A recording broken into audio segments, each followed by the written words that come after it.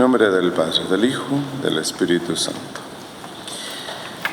Bien, pues en estas últimas etapas de la cincuentena pascual, la liturgia de la misa se centra menos en el misterio de la redención de nuestro Señor, en su resurrección, y más en la próxima fiesta de Pentecostés.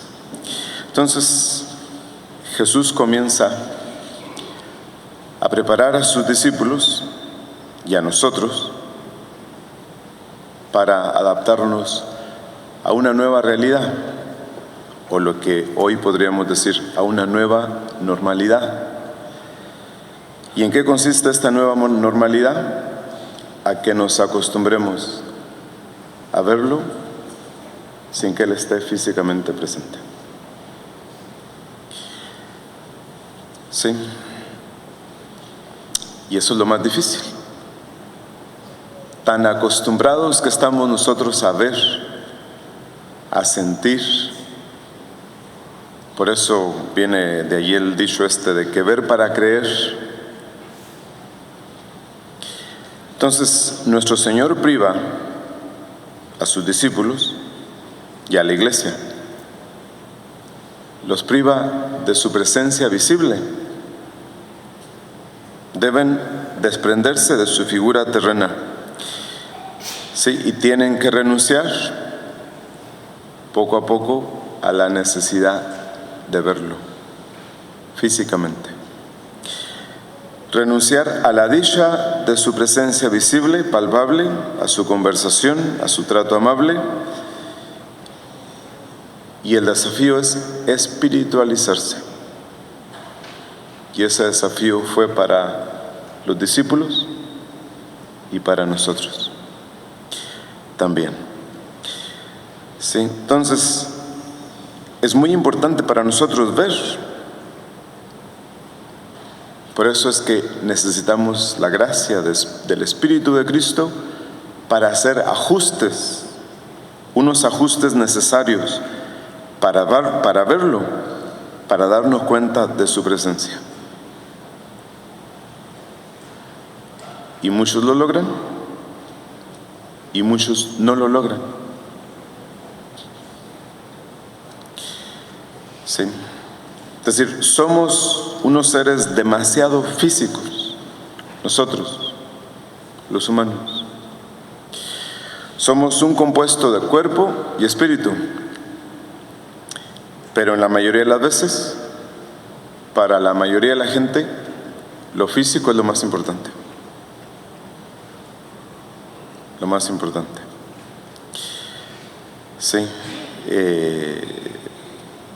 Y a veces buscamos por eso la presencia sensible de Cristo.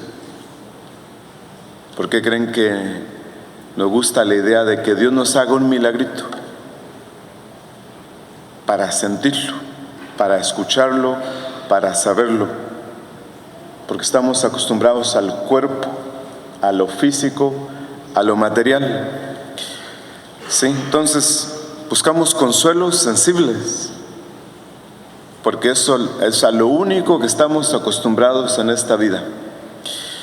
Entonces, en la mayoría de los casos, nuestra piedad o nuestra vida cristiana es muy poco espiritual. Es muy poco espiritual. Sí. Entonces, nuestro Señor está poniendo las bases para que pensemos espiritualmente, no físicamente, para desarrollar el lado espiritual de nuestra naturaleza. Sí. Entonces, lo que Dios quiere darnos, lo recibimos en la medida de nuestra disposición espiritual. No física, sino espiritual. Entonces se requiere una nueva visión espiritual de la realidad. Espiritual frente a lo físico, a lo material, a lo meramente material. Y no es que lo físico sea malo, Pero es que si no se gobierna y no se controla y no se modera, no puede haber vida espiritual.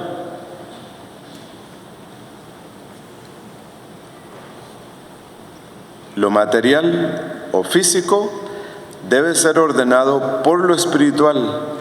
De otra forma, lo físico, lo material se vuelve una carga sin sentido.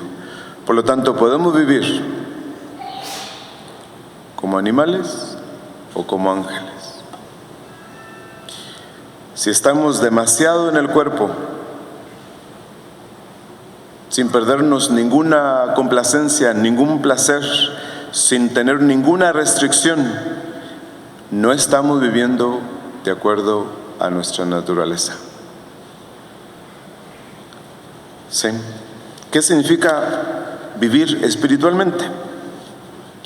Pues todo lo que tenga que ver con lo espiritual, lo que es el espíritu de sacrificio, de abnegación, de entrega, de perdón, de generosidad, de bondad, de paciencia, cosas que solo podemos tener si controlamos, si ordenamos, si moderamos lo físico. ¿Sí? Todos los días, ya sea en los medios, en las redes sociales o en las noticias, lo único que vemos son cosas que tienen que ver con lo físico. Y ya vemos las atrocidades de que el ser humano es capaz, desde la violencia, la corrupción, las atrocidades, la brutalidad, el vandalismo, el robo, la estafa, tantas cosas. ¿Sí? Entonces, muy pocas veces nos damos cuenta nosotros de lo que el ser humano es capaz de ser como persona espiritual. Imagínense, estamos tan abrumados por las preocupaciones de este mundo. Ya tenemos más de un año abrumados por lo físico. ¿Y cuántas personas, millones y millones de personas viviendo solo en lo físico y preocupándose solo de lo físico, esperando la vacuna como si fuera la salvación de su vida? ¿Sí? Entonces, pensamos demasiado, gastamos demasiado tiempo y dinero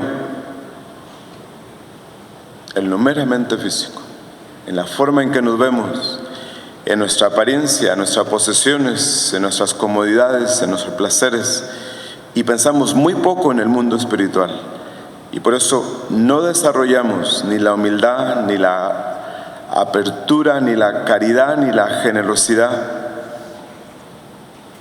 porque vivimos demasiado en el cuerpo y le damos demasiada importancia. Y el mundo espiritual pues está allí esperándonos. Y Jesús quiere que nos demos cuenta de su presencia. Pero lo descuidamos. Lo descuidamos. ¿Sí? Entonces, ¿qué pasaría si le diéramos más importante al lado espiritual de nuestra naturaleza? Primero, pues desarrollaríamos una mejor vida espiritual.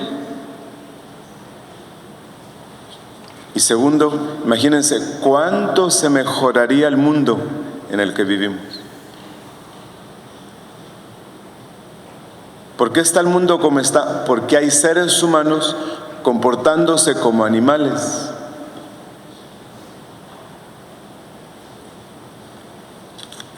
Entonces, tenemos la obligación de darle cabida a la dimensión espiritual. ¿Sí? Y eso sucedería si personas como nosotros hacemos un intento, una lucha, un esfuerzo serio de vivir más la vida espiritual. ¿Qué podemos hacer? Bueno, ¿cómo sabemos si vivimos más en el cuerpo que en el espíritu? si somos malagradecidos.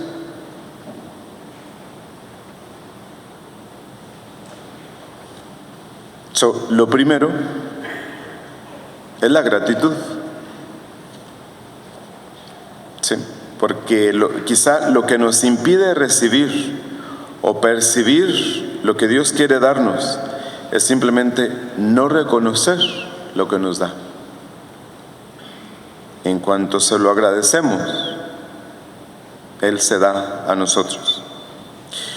En segundo lugar, pues hay que pedirle a Dios que nos ilumine con sus inspiraciones, especialmente en los momentos más importantes de nuestra vida. En tercer lugar, estar dispuestos a no negarle nunca nada a Dios. Tener una firme determinación de obedecer a Dios en todas las cosas, grandes o pequeñas.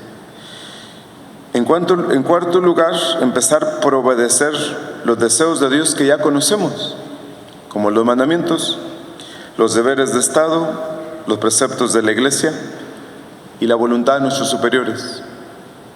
Porque es imposible poder querer obedecer a Dios cuando no obedecemos a nuestros superiores. ¿Sí? Entonces, no olvidemos la forma de obediencia quizá más importante y más descuidada: la obediencia a los acontecimientos. Porque a fin de cuentas, los sucesos de la vida son la expresión más segura de la voluntad de Dios. Si por el contrario, si resistimos, si nos preocupamos, si nos rebelamos y no aceptamos con paz las contrariedades de la vida, difícilmente permitirá Dios que el Espíritu Santo guíe nuestras vidas. Muchas de las cosas que ocurren no se deben a la voluntad de Dios, pero en su sabiduría la permite y nos invita a aceptarlas con paz, con confianza. Y por último, vivir en silencio y en paz. Porque el Espíritu de Dios es un espíritu de paz que habla callado, despacio, y que actúa en la paz, nunca en la inquietud, en la agitación, en la preocupación o en el miedo. Suceda lo que suceda en nuestra vida, hemos de permanecer en paz, prestando atención a lo que Dios quiere sugerirnos. Lo que, bien entendido, será muy provechoso para nosotros. Todo esto conlleva a perseverar en la oración, a alimentar el silencio tanto interior como exterior. En nombre del Padre, del Hijo y del Espíritu Santo.